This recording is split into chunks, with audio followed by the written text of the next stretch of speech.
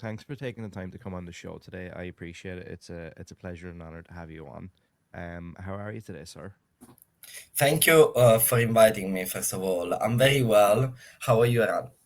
I'm very good. I'm very good. I always like to go back to the start when I chat with anybody. Um, for you in your life and in your journey, when did I guess film in general, and then maybe with a more horror approach, when did it first come into your life? Can you remember the first horror movie you saw, or the first movie maybe that scared you, or something like that? Oh my gosh, that's a fantastic question. I think filmmaking in general, started my passion for filmmaking started when I was 6 years old. I was a huge fan of Indiana Jones and some film. They really inspired me, like Life is Beautiful. But regarding the horror genre, the first movie that truly inspired me, and I think still today, I consider one of the greatest movie of all time is The Exorcist. And one thing is not like the horror element, is like the creativity behind it, and the fact that a movie it was very artisanal. Everything, still today I watch some behind the scene of how they did some of the special effects, and I think I don't know if I'm wrong, there was no CGI, and everything was made on set, and this kind of creativity, usually horror films, they allow this kind of creativity, and still today is one of the, I think it's the only horror movie that still, uh, I don't want to say scares me, but gives me some sort of mixed feelings. Just on the topic of The Exorcist, then, I assume if you feel that passionately about the original, uh, how did you feel about the newest one with The Exorcist Believer? Uh, that it's a nice movie, but I feel like nothing today can be compared to the original Exorcist. I know we live in a time where remakes and reboots are the thing, but I think like it's impossible to reach the kind of level of The Exorcist. There are like some movies in any genre that are like must any genre. Like I can cite another one that really had a huge impact on me, which is Shining. And yeah, I can say The Exorcist and Shining. Where there is another one that still frightens me. I don't know if you know the name, called Stigmata. And this movie was banned in Italy at the time, and this really scared me. Uh, but when it comes to The Exorcist and even Shining, um, it's like these are like the original. Like I don't feel everything done after. I remember they did like Doctor Sleep, which was like the continuous of Shining. It will never have the same impact, and I don't think is a nostalgia effect.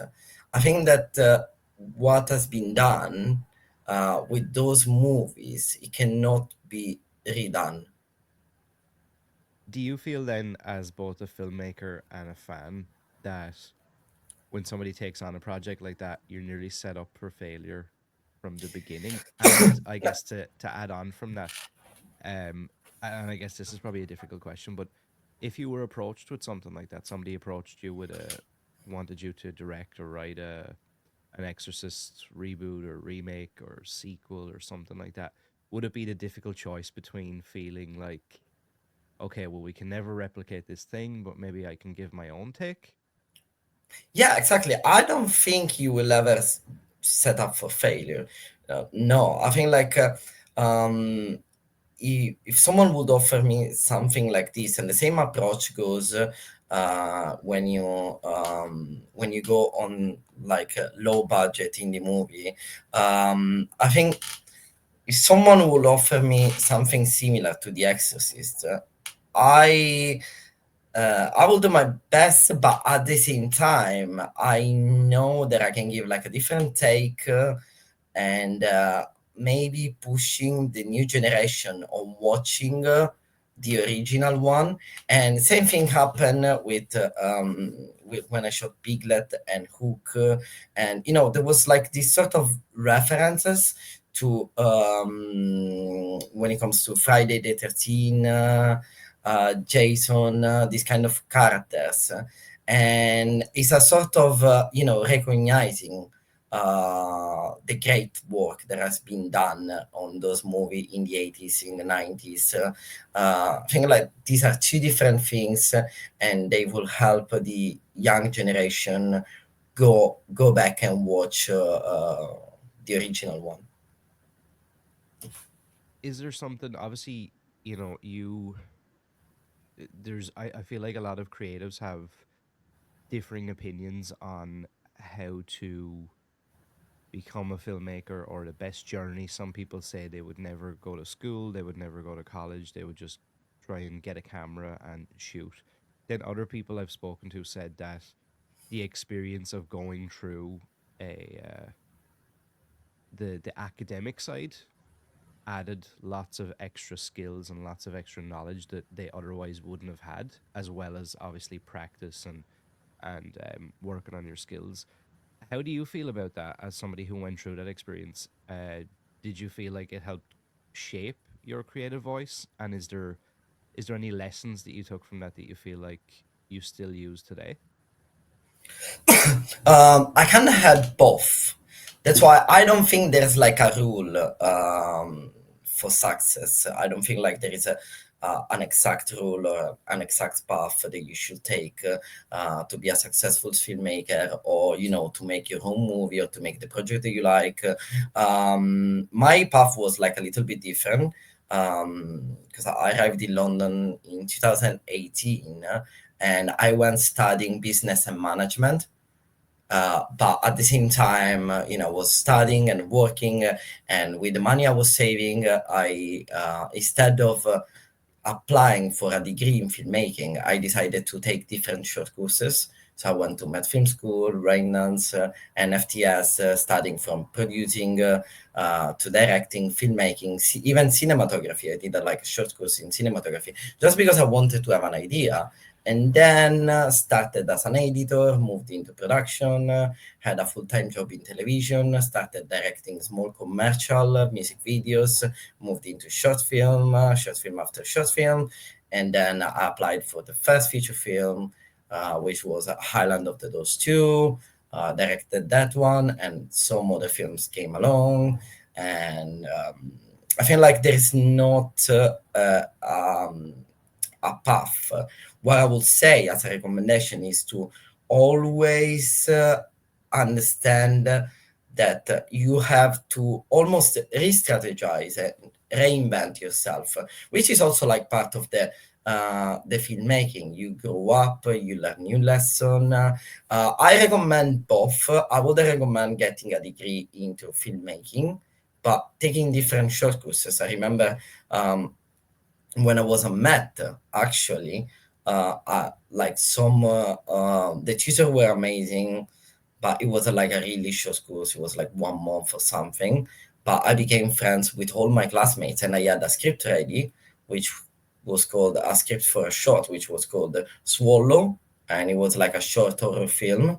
And so I approached my classmates. I was like, "Hey, guys, do you have a camera? We shot that with a I think Sony. It was a DSLR camera, and so it was like a Sunday, and all the class said, "Yeah, let's shoot it." And it's like very very old. I cannot compare to even my feature film, but we had fun, and it teach me some lessons. So absolutely, I would say that everything, like when it comes to failure, mistakes, or achievements, everything can help a filmmaker, and everyone has a different path. And just to touch on that, in that little story you just told about connecting with other people, how important is that? Do you think the idea of building a community around you, networking with other creatives and like-minded people, and being able to help their projects, they help your projects, and everybody kind of gets together? I seem to hear that more and more from writers, filmmakers, actors, that that's very key in the industry, is to try and get yourself around other people who are trying to achieve the same things? Oh, absolutely, absolutely. I think like it's essential, and one thing that I notice, and I say this also in another podcast, is that one of the crazy and beautiful aspects of filmmaking is like how many people you engage with, how many people you met, and how different these people are. And you grow up, and sometimes you lose some people, you gain some more, you gain some friends. You know, people part ways. They take different approach to filmmaking, and this always happen. And every uh, I can say like today I have like a almost few established team that I always work with. But it happened that different people they go on a different project, and then you find a new composer. For example, me and my composer we worked together for 1 year, and still we're working together. Absolutely, I would say there is essential and important. I'm kind of becoming a little bit. I used to network a lot when I was like back in 2023. Now I'm finding out that networking is important, but at the same time is more attracting the people that vibe with you and building something together, and then you automatically attract um, people. Like one thing that we have today is social media, and I pretty much use my social media as working purpose, and you can attract so many people on social media where it comes like to attracting new producers, new writers, new collaborators, even actors, and I found very often that when we were looking for I don't know, a second AC or a spark or even an actor, it was much easier just posting a story on Instagram than going to actual website and making like an ad. We are looking for this, and that. So absolutely. I always feel like that a lot of times filmmakers tell me that the biggest misconception is outside of the filmmaking, everything else that's involved in the business to get to that point. Obviously, there's a lot of people out there, a lot of creative minds, but they forget about the business aspect, the social media aspect, the networking, the all the other things that have to go into it. Do you feel like that doing business and management for you has helped you kind of bring all that together? Yes, absolutely, absolutely. I think this is like a very fluid industry where, especially on the indie level, but even if you go to bigger projects, you see like so many directors that they also are producers, and you wear different hat, especially on the indie level of filmmaking. And one thing that business management has teach me, it was like the producing aspects of it. And actually, I remember because back in the days, I had a friend, and she told me get a degree in business and management. I was also passionate about the subject, but I never wanted to be like a business person. In Italy, I was working as a business person, but I wanted to follow my filmmaking career. But everything came gradually, because the first course that I took at Met Film School was actually producing. So I was like, I was like a little bit afraid of going straight forward for directing. And then one of my teachers told me, why don't you try to be an actual director? And still today, I feel like um, as a director, you also need to manage the set. You need to have like an eye on everything. And it's super important. I think like there are like so many things that helps you on becoming a filmmaker. I remember Christopher Nolan in an interview said there is actually studied English literature, I think, and he said I never went to film school, but like what I studied helped me on my director career. I feel like the same. Yeah, I can definitely see there's a lot of ties there. I think people always used to think that you would have to take a filmmaking course and that was it. And if you didn't do that, then it didn't apply. Um, So to touch on, going from making short films, commercials, things like that, to then we get to the point you mentioned before about getting the job to direct Island of Dolls 2. What's that step up like when you go from um from making shorts and kind of working together and maybe shooting things in like a couple of hours to then going to that next step on the ladder? Um, it felt for me as a like necessary step in my career. And the fun fact was that after I did one of my short film called The Interpreter, I started like writing different feature films. And I was in the process of writing different scripts. I was going from a western to a sci-fi, and I was in Cannes pitching some of these projects. And then I applied for this low budget indie film called Island of the Dolls 2. And it felt like I was like, okay, it's like a short film. I have more days to shoot. I had more time to prepare.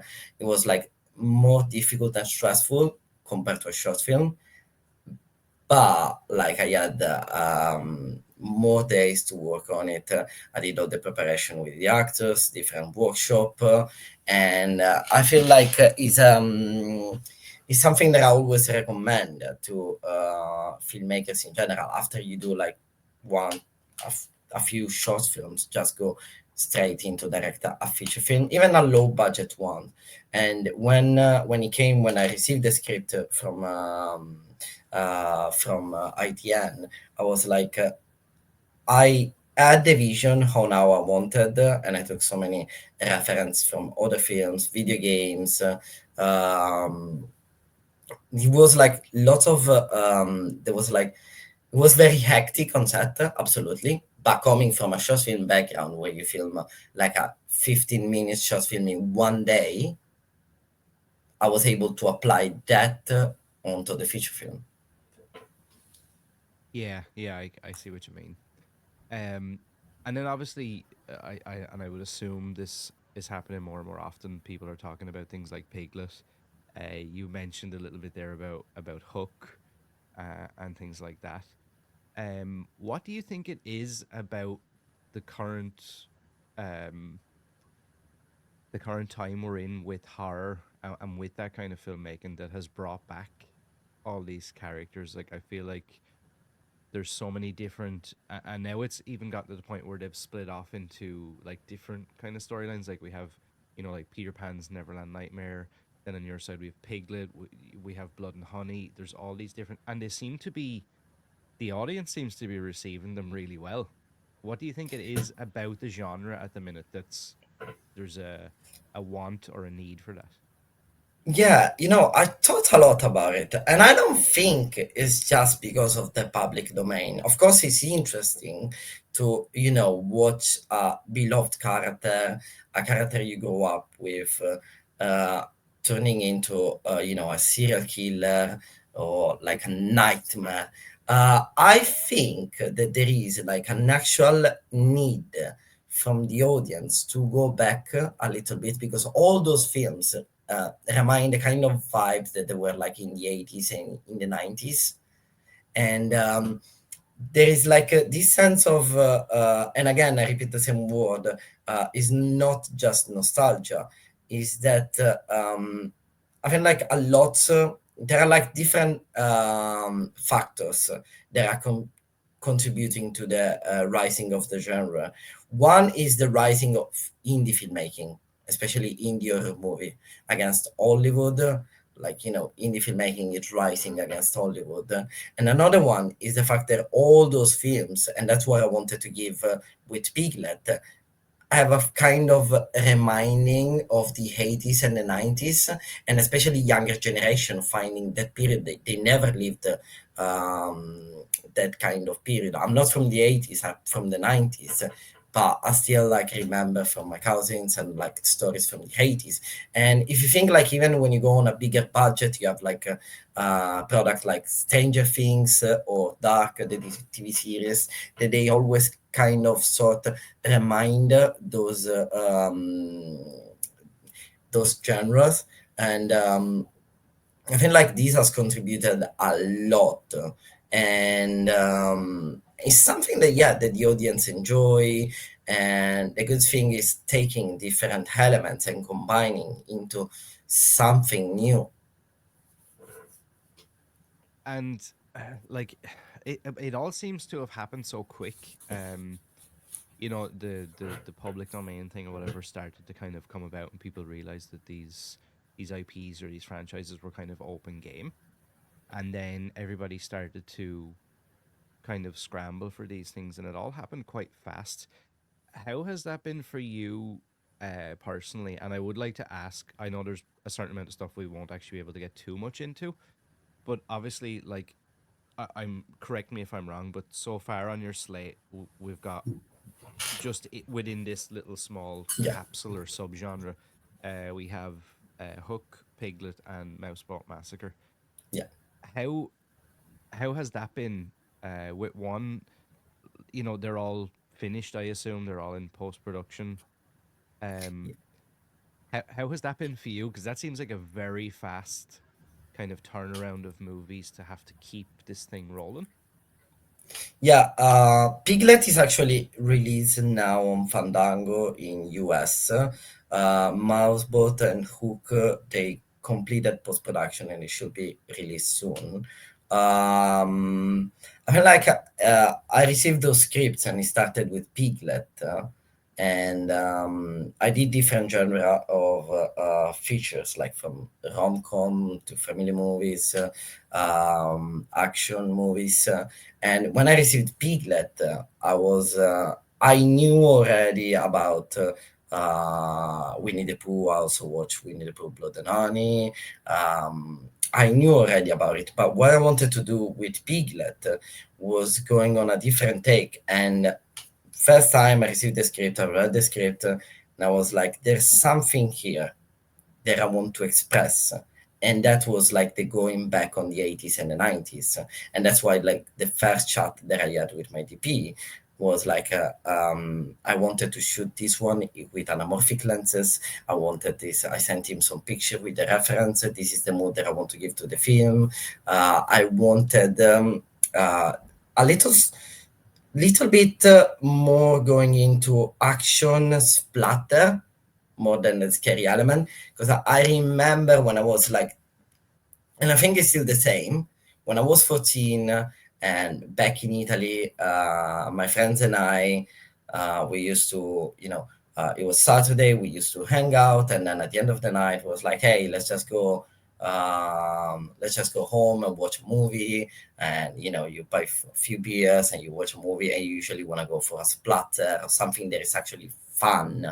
And we used to watch Friday the 13th, um, and those kind of movies. They never scared me, but they were fun.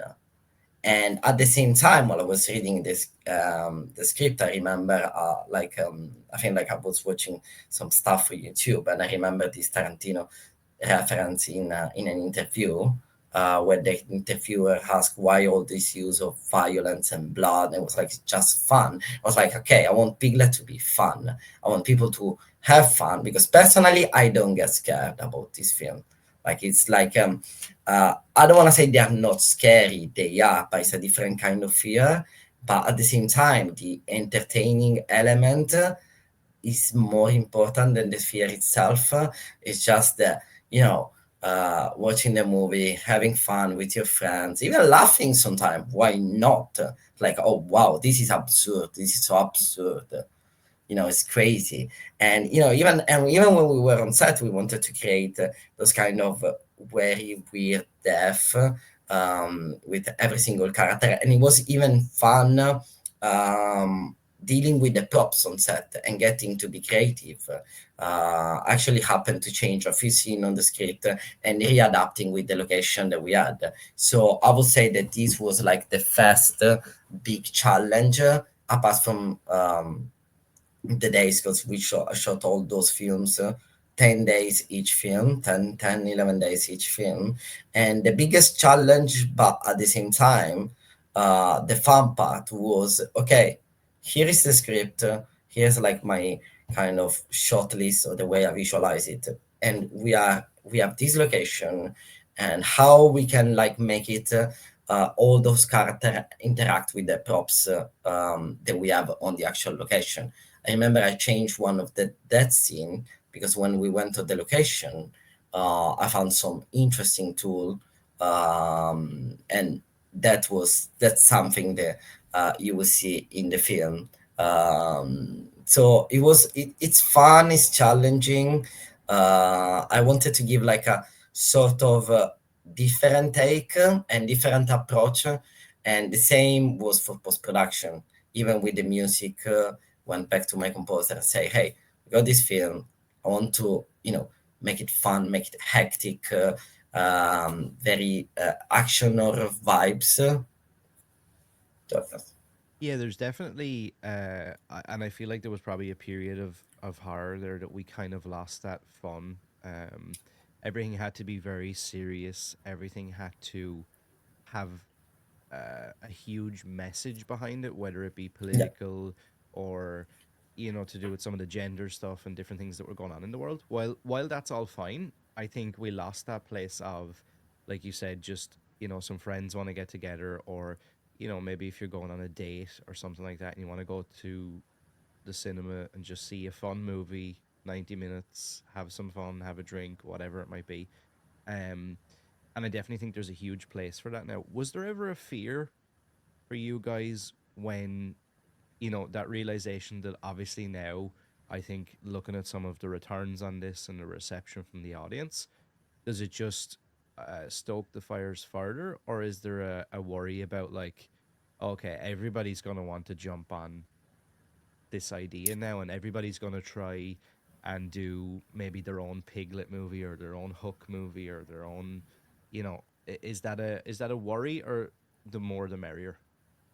No, I actually don't have fear about it. I mean, I had a few people, they did text me, and I think like I had a group of guys that they wanted to do a Piglet movie.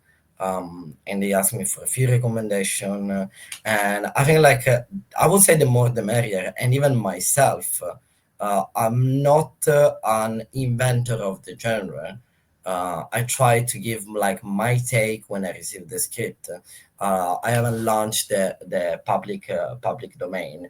I'm glad that I've been part of it, and I feel like there's always this sentence that says like it has already been told, but not by you. And those kind of films at the same time while making this film, they teach you something. They teach you how to have quick thinking, how to be creative, and especially when I was doing Piglet, because it was like the first, and then Hook and Mouseboat came after, but I had already learned a lesson from Piglet. And Piglet, I was like thinking a lot how they did on The Exorcist, how they adapted with the tools. I still remember the kind of poltergeist scene when the door open and the fan enter and the camera movement. So I tried to study all this camera movement.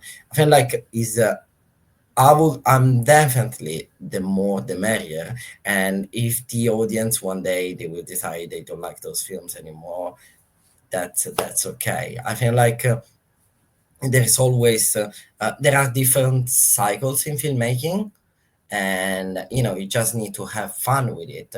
Again, citing Tarantino, especially with Piglet and even Mouseboat Massacre, because Mouseboat Massacre has like some kind of reminds the 90s, especially because a part of it is like set in the 90s, and that's like the curious fact. I was with Tarantino, I try to took from his own B movies. When you watch Greenhouse or Planet Terror, and it just made this film for fun. And yeah, I definitely recommend to everyone to jump on, and maybe you can even change genre. Like filmmaking, being a filmmaker is like to evolve and grow with your art. So absolutely. You mentioned obviously, it's not just specifically horror that you've done. You've done many other things, from from rom coms all the way through. But what do you think it is right now? I guess that is drawing you creatively to the horror element. To the horror element, um, I think is more the fact of getting creative with it, and the fact that you can be creative with the shot, and the fact that you need to, in a sort of way, it has to be realistic, and that's kind of a challenge. And as a filmmaker, like whatever kind of genre you want to do after, when it comes to sci-fi or action, or even when you do like fighting sequence, you have to coordinate with your fighting coordinator. You have to select the right shots for the fighting sequence to be real on screen. And the same is with horror. So that's like the main thing that it appeared me.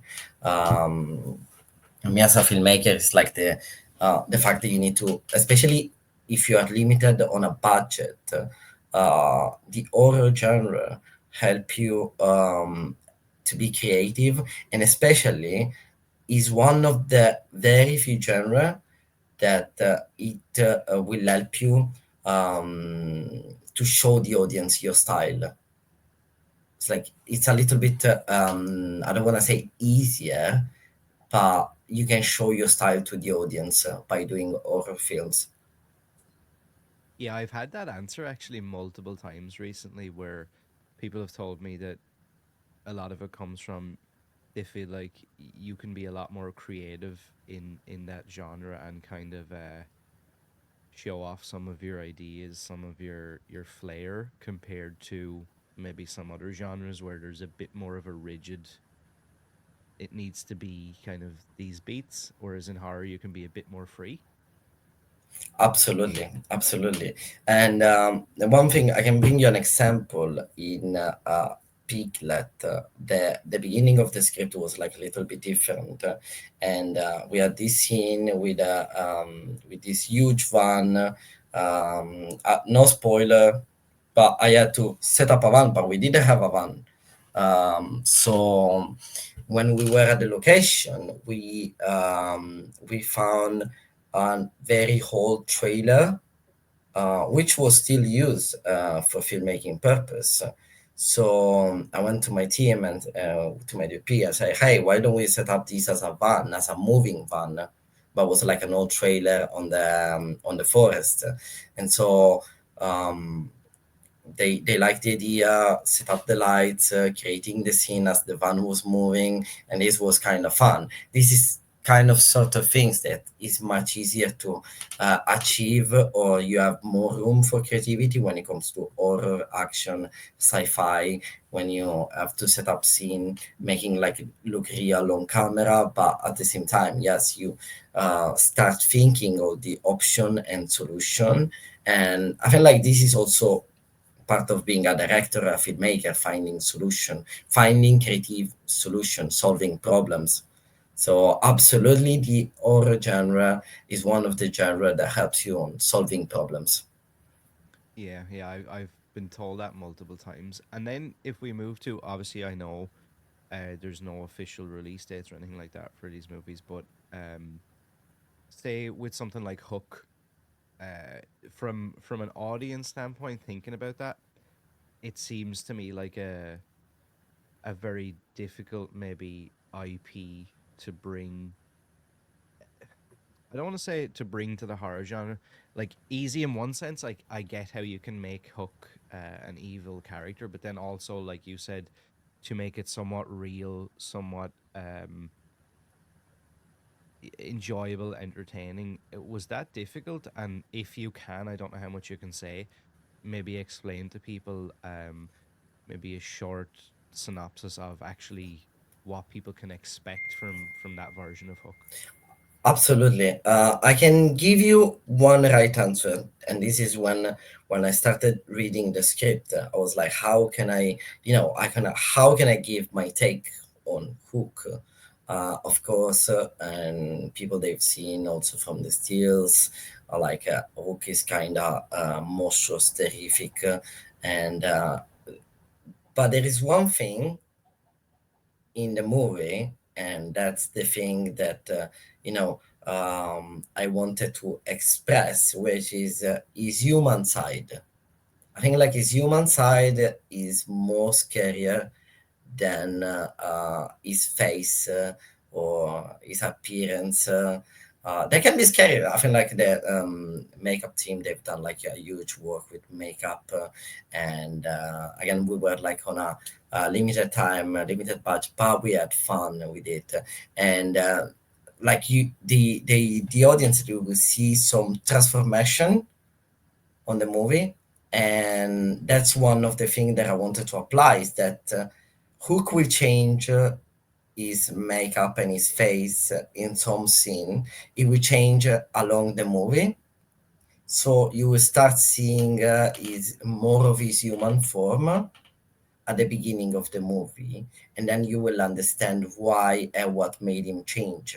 And going a little bit more, of course there's like lots of blood splash and everything, but going on a deeper level, if you think like it's a metaphor on how our inner demon can change us, how our obsession, our addiction, our addiction, sorry, can change us, can, you know, make us like the worst version of ourselves, and that's on a psychological level is what makes Hook scary. Apart of the fun and the killings, blood, I think like the killings on Hook were quite kind of um, uh, they were like a little bit more fun to make them because they were like a little bit more particular. But there is like this point: if the audience, when they watch the movie, they can see a transformation on Hook from going to a man with his inner demons to no spoiler. Yeah. Yeah, yeah, no, I get it. I get it. I can only say so much. And then if we transfer from that into something like Mouseboat Massacre, what can people expect from that, and why do you think even the title itself, Mouseboat Massacre, um, why that setting, and why was that right for that story and that character? Yeah, Mouseboat Massacre. Now, coming to Mouseboat Massacre, today I have to say there is one of my favorite movies so far. Since the first time I received the script, I knew that this was a difficult one to make for many reasons. Let's start with the character, which is not like is more universal compared to Piglet, and I knew it could have like a different. The audience can receive the character like a little bit different, so it can have a different impact on the audience, and with Mouseboat Massacre, without going into details, and why there are like some beats set in the 90s. So again, I went on a different mood, but I wanted to set this difference. And I remember when I started doing my mood board, the first element that I took was Stranger Things, and even in terms of color and all the rest, and the tone of the film. I think it's a very entertaining movie. The story is quite interesting. I have to be honest. The story is quite interesting. Even if when you watch this kind of movie, you don't watch them for the story. There are like more movies that are like more psychological, more deeper. You want to understand the character, but like the story Mouseboat Massacre is a quite an interesting story. And again, there are like some elements that are changed in the script, and you know, it was like fun to make. The script was interesting. Big thank to Harry Boxley who wrote the script. He's also the writer of Piglet and Hook. Uh, but it was quite difficult. But it was really a fun one to watch. It's a different one. It has a different take compared to Piglet and Hook. Maybe it's like what you see on Piglet. Hook is a completely different movie by itself, but what you see in Piglet is amplified on Mouseboat Massacre. That kind of 80s, 90s element that I wanted to express on Piglet is amplified on Mouseboat Massacre. Also, because the story allowed it. Even just the artwork for these movies as well, I feel like is it helps drum up such excitement with the audience, and it kind of gives off that fun, like this is going to be an enjoyable ride of a movie. um from directing these titles, has the idea of maybe penning your own script within some of that public domain characters and things, has that been something that you've been open to, or maybe as the process evolved that you were like, you know what, I might like to take a stab at Peter Pan or this character or that character? Has that ever come into your mind? Not at the moment, to be honest. I'm writing two scripts at the moment. One is a sci-fi, and one is a horror. Sorry, not a horror movie, a war movie. I'm also writing a western. Not at the moment. I feel like there are cycles in life, and there were like a few stories that I wanted to um, show to the audience, and I think after those movies. Which I'm really grateful for. And now I'm focusing on different stories. I may go back at it. Yeah, absolutely. I may go back at it when is the right time, or I may write, or if I receive a script from another horror, why not? At the moment, I'm like focused on different genre, and I still believe like as a filmmaker, you have different cycles. Even if you take those big directors like Tarantino, you see him focusing on a genre, then moving on a different genre, even keeping his same style. I would say the sci-fi I'm writing as like some, let's say, little bit of horror vibes, but it's something different. It's not related to public domain. Um, but yes, maybe one day, who knows? If you could collaborate with any filmmaker, past or present, living or dead, is there somebody who stands out at the top of your mind the minute you get asked that question? Hmm. If we're talking about like, I have some director that I love, and they're all different from Tarantino to Nicolas Refn. But if I can give like a clear example, uh, and I recommend, I don't know if you watch this movie called Monsters by Yeah. Gareth Edwards. Hmm. And it happened that I'm a huge Gareth Edwards fan. I think like he's an extraordinary filmmaker. And if you watch this movie called Monsters, it's like a horror movie. It's not very scary. It's like, I think like the movie is a sort of metaphor, but this was one of his first low budget films. I think it had like 500K budget or something. And I mean, you can see that the film has been shot like there are like some it's not technically perfect, but it keeps you engaged in the stories. And it happened that I watched it again a few weeks ago, before going on set, before shooting a miniseries. And I found it very interesting, the fact that with those little resources, he was able to make something. And even the story, there's not so much action happening, but it keeps you engaged to the story. To you want to know what is going to happen to the characters. And he's definitely one of the people that I will. It's like on a completely different level, but I will take as an inspiration.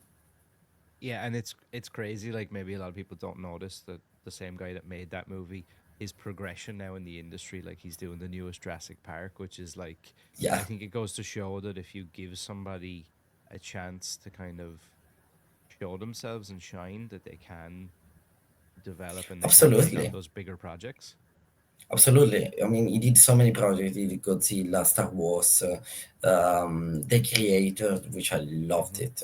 And, I think like one of the thing of indie filmmaking is that as filmmakers today, by shooting on digital, by having many streaming platform, by having social media, we have these we have all these tools that many directors did have in the 90s.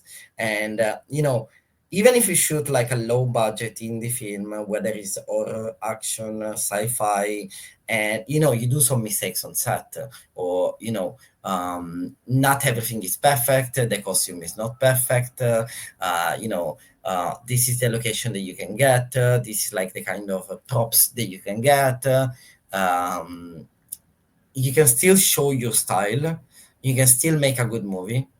You can even make an amazing movie like Monsters is, and you can see so many like Now I'm not anyone to judge. For me, it's like it's a huge reference. Gareth Edwards. You can see like overexposed shots. You can see some kind of pun that were too long. Maybe it was a director choice. Maybe it was like dictated by the technologies had, or maybe he cared more about the story. But you can still express your style. You can still you can still make a very good movie with limited budget and limited resources, and you can get into the path or going to a big studio, show your style. This is what I do, this is what I can do. And I think like that's why I take Gareth Edwards as an example, as a reference, not only for his style but the way he expressed his style with the resources that he had. Is there a book or a comic, maybe even a conspiracy theory, urban legend out there that you would love to adapt into a film? Wow, that's an interesting question, and I have many books. I have many books. Honestly, it's a question because I will have too many answers for this. For example, I'm a huge fan of Philip Pullman and all his trilogy. I would love to. I still have like the collection book, the trilogy. I'm a huge fan of his books, and I would love to adapt his books one day. Um, I would say I mean I used to read many novel. Now I'm reading many biographies. As author, definitely Philip Pullman. As to readapting, I would say some of the old Italian spaghetti western, Mm, I like whether that. it's I like like that. a Yeah. book or old movies. I would definitely readapt them.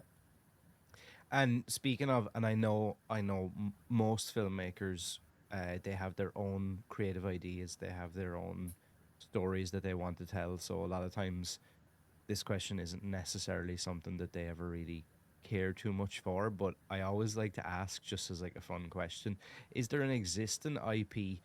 Let's put the public domain stuff aside, but from the, I guess, the bigger known titles in horror. If you take like Chucky, Freddy Krueger, Leatherface, Pinhead, any of those, all the way down. Is there one that sticks out at the top for you if you got a chance? If somebody sat down and said, okay, we'll let you pick one character, any character you like to remake, reboot, sequelize, prequel. Is there one in particular that you would love to take a shot at? If we talk about the horror genre, yes, yes, definitely. There is one. I'm a huge video game fan. And I think like video game helped me a lot, even when doing like Highland of the Dolls 2, when preparing the mood board, I took like reference from many video game. And yes, there is one, there are actually two, which I can put them together, which is like Resident Evil and Silent Hill. Now, I'm a huge fan of the video game. Finished them all. I watched like the whole movies with Mila Jovovich. I watched the TV series, which I don't really recommend. And Resident Evil will be like the first one.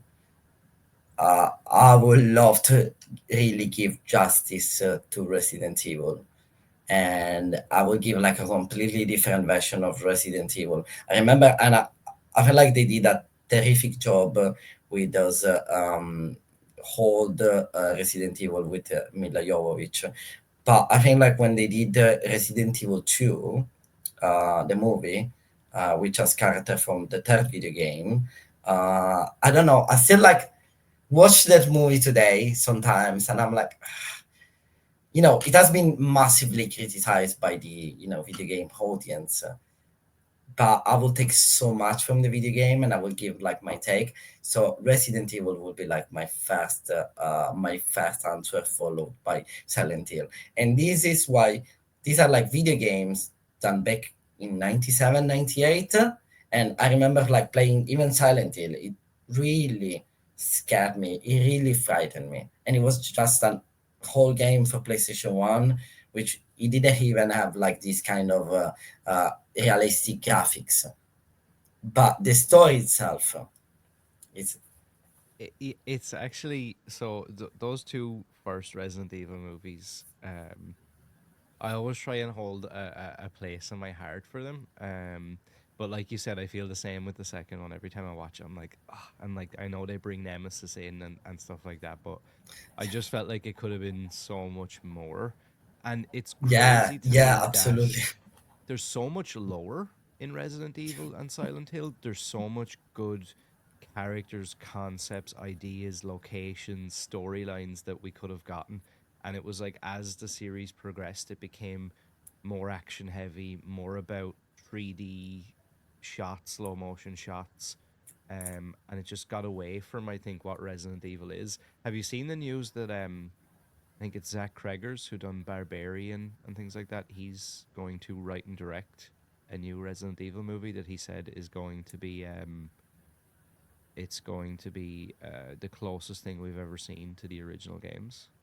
Oh well, I didn't know about that, and I really hope that that's one I will be curious to watch, because I think like the series deserve its own justice, and I will be extremely curious to watch it. And hope is like the launch of a new series of trilogy. And yeah, as you said, like if I they very action based, those older Resident Evil, but even in terms of shots, I would have tried to make more similar to the game. Maybe use those static bird's eye shot, and you won't give this kind of especially because like those series have such a like such a wide fan base when it comes to both titles. Now Silent Hill is like something even different. I really like the first Silent Hill. I think like they did a great job. I'm talking about the movie. Yeah. I think like they did a great job. But I felt like when it went to the second one, I don't remember what was the title, Revelation or something, which was based on Silent Hill 3, the game. It was like I don't want to judge anyone's work, but it wasn't like my favorite movie. Let's put it this way. I would be curious if one day someone has the courage to take on Silent Hill 2, which had Mm. like a crazy immense. I think like today is still one of the best stories so far. I know that they're aren't they redoing? I think is it Christoph Gans who done the original Silent Hill movie. He's it's supposed to release this year. I think it's in post production. It's completed. He's releasing Return to Silent Hill. Now I'm not sure what that storyline is based off of.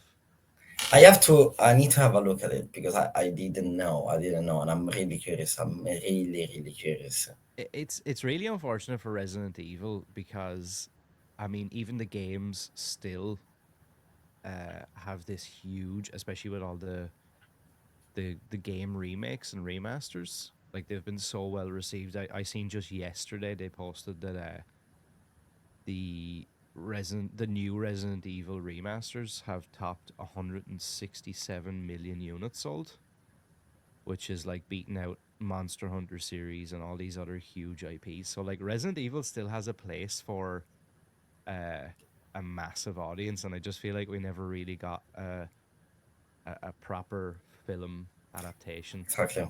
Yeah. Exactly. I really feel that way. I really feel that way. I feel like even with the game, like they've been massively criticized when after the fourth one, I think like five, six, and then they changed a little bit with seven and the Resident Evil 8. But now they're going back with the remakes, remaster, just because like the audience. And again, I think like it's the fourth time I'm repeating this in the interview, but I truly believe this is not just the nostalgia effect. Is that something that they did in the 90s where it was like movies, a video game, they actually worked. Mm. And I know we live in a era where like the audience attention span is very minimal, so you try to turn everything into action, you try to make everything like quick cut, but some things they work as it is. It just on readapting them and giving them a different take. That's why I'm really curious about this new Resident Evil that you cite, or even this Return to Silent Hill. I would be really curious to watch them, and I feel like they both deserve a movie that give them justice. Yeah, for sure. Do you feel like, just to touch on it, I have a handful of quick questions to ask before I let you go today. Um, to carry on from that, then you mentioned earlier about like nowadays filmmakers have social media. There's all these streaming platforms to release your movies on and get seen. There's all this, all this stuff, TikTok, all these different places, and I do feel like that what you said is true. The mainstream maybe audience, it seems on paper that the attention span is minimal, so we have to make everything, it needs to be really quick, we have to get to the point really quick, we can't worry too much about backstory or lore or existing stuff, we'll just make it boom boom boom done. Do you think that's a good or a bad thing for someone like you now that works in the industry? Does having all these streaming platforms make it more difficult to get your movie where it needs to be? Is it a good thing that you have so many choices? I think it has its own pros and cons. Pros, like with the pros, I would say that you have more chances to show your movie, and you have the rising of platform. I can bring you an example. I did like a few years ago. I did like a short film called The Trackman, which is a sci-fi action, and now it's on a streaming platform called The Reveal. If someone want to watch it, it's still like I'm still proud of that film. But at the same time, it has its own cons, and I feel like there will be a moment where we feel that we have to go a little bit backwards, and it's actually, I truly believe that that's the right moment. Slowly is happening with those like going back in the 80s and 90s. There's more competition, but there's also less quality at the same time. And I hear stories many times of people just scrolling Netflix to find a movie, and they end up not watching the actual movie but spending the night scrolling. And it's something even myself I'm trying to work on it, because I've noticed so many times I put a film in the background, I check my phone, I check my email, and I start like losing attention. And now I literally wrote down, okay, I want to watch this movie for 2 hours, not get distracted by anything. And that's why I'm a truly believer that movie theater will never die. Movie theater Yeah. will never die because it's the only feeling, and it's powerful, and it has its own magic. The magic of movie theaters is that whatever is happening, it's like if you're in a airplane, you're there, you're stuck there. So you're there, phones off, no one can disturb you unless it's not like a huge emergency.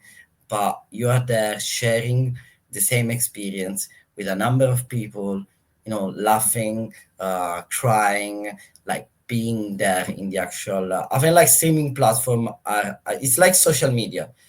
Uh, Instagram, Facebook, they're a good tool if you know how to use them. If you use them rationally, if you don't spend too much time on them. Same with streaming platform, they're a good tool, but they can have like their counter effects at the same time. I definitely feel like the, and that's probably happened to me as well, where let's just say a standard movie is 90 minutes.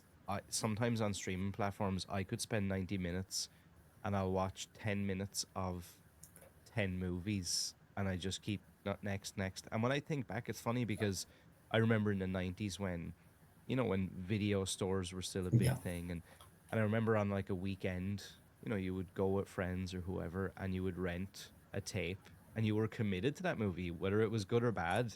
You were committed to at least watching it two or three times through just to Yeah, get your yeah, money's worth. And nobody, it's a strange. And then to go from that to much like you, there's times I say, oh, somebody recommended this movie, let me check it out. And then I put it on, and after 10 minutes, I'm on my phone, and it might start harmless. I might look at, okay, who wrote this story? And then I'll go from that, and the next thing I realize, I'm on Instagram looking at something, and I'm on something else, and half the movie is over, and I haven't actually seen it. yeah, exactly. I think like this is something that is impacting our life, and slowly people are realizing that it's just make us a little bit unhappy. That's why I'm like, even myself, I post on Instagram and I try to stay out of Instagram. I try to focus on one task, and the fact that we have so many options available, like we have so many options. Same is happening to video game industry, to I don't know, dating apps, all those things. Like you have too many options today that at the same time is distracting. You have too many options, which means you have no options at all. And you just brought the right example. And by citing Resident Evil, I remember when this Resident Evil, the first one came out, and I went. I was living in Italy, and I went. Me and my friend. It was like a Saturday afternoon, so we had no school.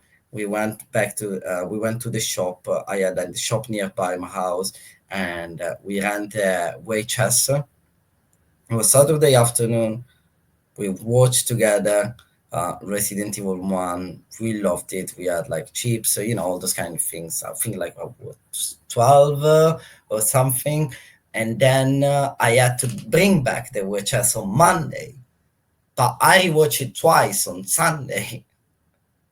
And you didn't have the chance Yeah. to, it was even more complicated. It wasn't just like pressing a button and do a pause, and Mm-hmm. it was like a little bit more complicated. But I mean, like, you know, we are missing those kind of things, and you can see that retro is coming back from again the rising of genre of indie filmmaking, of public domain, horror movies. They always like, there's like a sort of let's go back a little bit because there was something there that can be amplified today.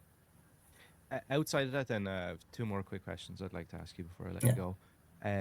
What are some of your favorite horror movies? I know you mentioned things like The Exorcist and stuff like that that kind of stuck with you, but just maybe scary movies, horror movies, sci-fi movies, anything like that that you find yourself maybe going back to multiple times. Now I think like you can see on my poster, I'm a huge fan of Pennywise.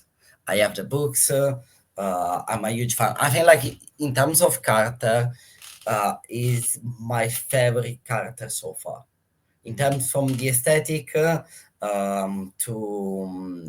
the meaning of the character, the meaning of the story, I have to say that the book is, from my opinion, way better than even the movie. But they did a great job with the movies. I have to be honest. Like it part one and two are the great movies. Yeah. This is one of my favorite characters so far and favorite series of movies.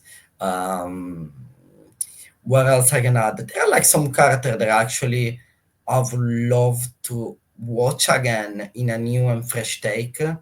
Some stories like I remember The Grudge was a movie that had a huge impact on me, and it was quite interesting. And that's something I will definitely rewatch.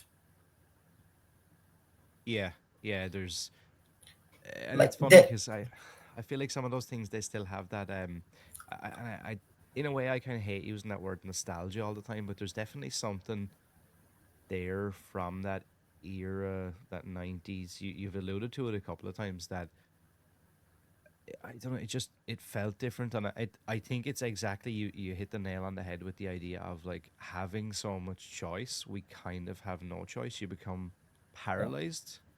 So it's like you don't yeah, know what you a lot of people don't know what they like anymore. They don't know what they enjoy. They're not sure what to try. So then they end up they don't try anything. They don't like anything. They don't dislike anything. You're just kind of stuck in this weird in between. exactly. At the end of the day, and let's be fairly honest, the stories always wins. Like the story, you can have like that's why you have some pros and cons, and but at the end, if you have a good story, if you put all your heart and passion in one story, you will always win. And we always have like some project that are like you watch a movie, and like some of the one that we cited, like Resident, some of the chapter of Resident Evil, you wonder if they just did this just for the money. And I was like, okay, because the first one did well, let's do a second, third, fourth, fifth, sixth, and etc. You see that they put a little bit less passion, but then you watch things like The Substance, Yeah. and you're like, okay, that's something new. It's not actually essentially new, but even if you take something that has been told already, you give a fresh take, and it's something that will have an impact on the audience. The audience they will remember, and people will watch it. Yeah, I feel like people definitely resonate with that stuff, and we've seen it more and Yeah, more even last year. And I think it's only a good thing for the industry in general, and especially horror with with films like Long Legs and things like that. yeah, These, and it's like what you said before about the idea of every story has probably already been told in some form, but just not by you yet. So yeah. it's how do you kind of reinvent that in a fresh way, unique way that the audience likes. So speaking on that, then what would you like your legacy to be as a filmmaker and as a creative? Like in years to come when you look back, what do you hope that either you feel or, maybe fans of yours or the audience kind of look back and say, yeah, yeah, that was what I left behind. I think like I love the idea. There are like a few stories that I'm writing on project that I hope I will direct, and I feel like there are more commercial projects and more deep stories. I think I mentioned at the beginning of the interview there was like this movie that inspired me a lot. It's a different genre completely. Life is Beautiful. It's an Italian movie that won 2 Oscars, and I'm working on something. I want one day I want to make a movie that will change. You will go to the movie theater, you watch it, and it will change your life on the perspective that you have about life. And I want to make a movie that will have a huge impact on the audience. And I actually love the idea that someone in 10 years or 20 years will go back and it's like, oh wow, it's the same guy who did Piglet. Like I did with James Cameron. He did Yeah. Titanic, he did Terminator, Avatar, and then you go back and see that you did Piranha 2, which was, again, low Yeah. budget movie, B movie, and you're like, oh. And I was reading in the comments like how this guy did Piranha 2, and then after 10 years he did Titanic. It's like crazy. But yeah, I would love to have that feeling. I would love to have like the audience that they go back and watch like, oh, well, and I remember there's another director. I don't know if it's Sean Levy or he's doing like on David Leitch that I found out by IMDb because sometimes I go and watch like the director history, chronological movies, and the same director that today is doing action movie, he did the Babe the Pig, Yeah. Yeah. and it's kind of funny. And I was actually watching an interview of Sean Levy for Variety, where he actually says, today he did the Deadpool and Wolverine, and now he's doing The next, I think, like is the next Star Wars. And he said that like he started with like some rom-com, and some of his rom-com at the early years of his career, they had like a good and positive impact on the audience, and some they they didn't. So I feel like I would love to for someone in 10 years, or even earlier if possible, to go back and say, oh, this is the guy who did incredible. Yeah, yeah, yeah. I definitely get what you mean there, and I think sometimes people don't realize that there is a lot of people who make those huge jumps in progression, like the same guy that you might see that made a movie that won all these Oscars and Academy Awards is also the same guy who made some B movie thing that Yeah. everybody loves, like the cult audience loves. There is a lot of that out there. I'm going to tailor this last question a little bit because I know obviously I don't want to try and corner you as in somebody who's only interested in horror or like the No, no, no, darker absolutely, aspects, that's but fine.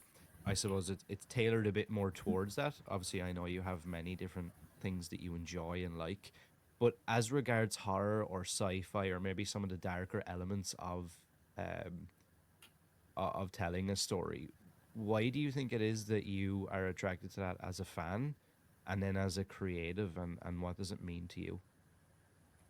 There are two aspects that I'm attracted to. One is the psychological horror. Horror, our fear, I mean, like our fear describe us like our, as I said, like I cited before, our inner demons, our deep fear, and the idea that a movie can show or can make us confront our inner fear.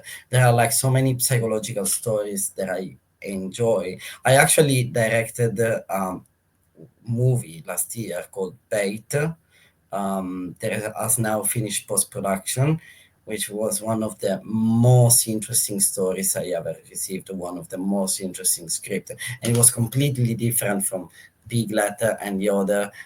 It was like very psychological, still a slasher with lots of blood. But if you go like and analyze the story and even the way I wanted to show some of the shots, and that's something that I love about, again, the creativity, because we had like the main character fighting his own inner demons and causing lots of pain to people, and I wanted to express this with some shots, with some effects done on set, to show the way to make the audience perceive the way he perceive the world. So that's one of the elements that I like of horror genre, psychological, and I also like the fun one, the action splatter, the fact that some things are like maybe even impossible to make. Like there are even some shots in the substance that are like crazy, you know, and you wonder how did they make, how did I love this element of the horror genre. I'm not like I'm quite, to be honest, my thing with horror is like I'm quite picky when it comes to horror. But it's one of my favorite genres so far, from video games to movies. So yeah. That's great. This has been fantastic. I could probably talk to you all day. I would definitely love to Same. revisit maybe at the second half of the year, maybe when there's more that you can actually talk about. I know a lot of these projects are kind of on the cusp of being announced for releases and dates and different things. So I know some of the stuff we couldn't talk about today specifically. For everybody listening, whether you're looking at the video aspect of this or whatever podcast platform you're listening on, all the links to Andrea's stuff will be down below in the description, as always. Like I said, it's been great to chat. It's been a It's been pleasure. a I hope we pleasure. get to do it again. And I wish you all the best for this coming year. And yeah, we'll see you real soon. Thank you, same. It was a fantastic chat. It was fun talking to you, and yeah, looking forward Likewise. for the next one. I think like the next Likewise, one me too. we can talk even more, and would be fine to revisit. Likewise, me too. Thank you so much.